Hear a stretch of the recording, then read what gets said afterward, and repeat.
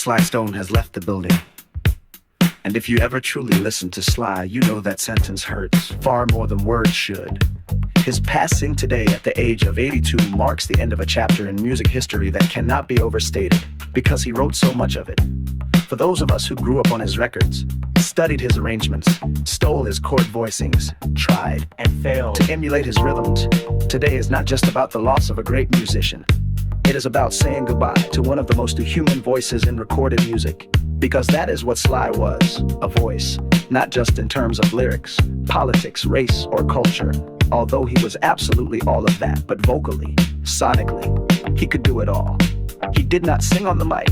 He became part of it, whether falsetto or scream, a sermon, a whisper, or a spoken word groove. Every syllable was drenched in emotion and meaning.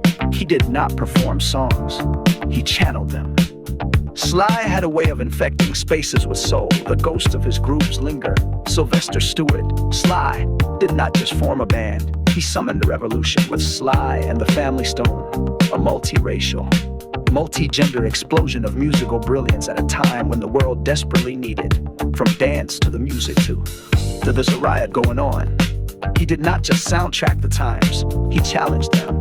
He took gospel, rock, funk, soul, soundy dayer, and turned it into something new, something free. As has been said many times before, James Brown may have invented funk, but Sly Stone perfected it. He also surrounded himself with innovators, visionaries, people who could elevate the already boundarless. Larry Graham, the godfather of slap bass, funk's low-end prophet. Andy Newmark, whose feel and finesse behind the kit would go on to anchor everyone from John Lennon to Roxy Music. And these were just two names in a galaxy of Sly disciples. He knew how to find genius, because he was genius. He did not look for stars. He saw them before they saw themselves.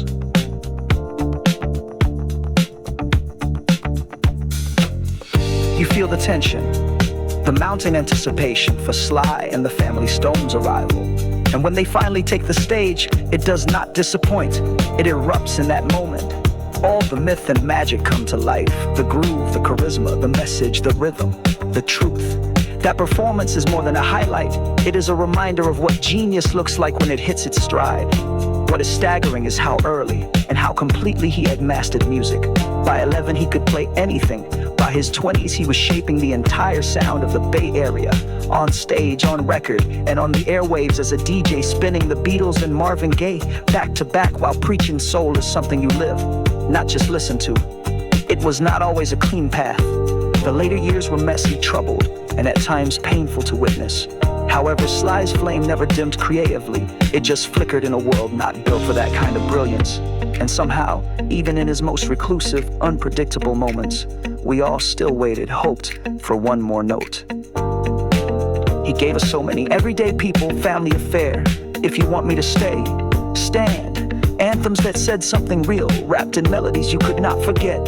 And when you go back and listen, really listen, the message was always this: we are better together.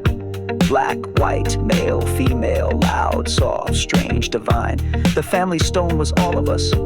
He made us dance to the music, but he also made us see one another.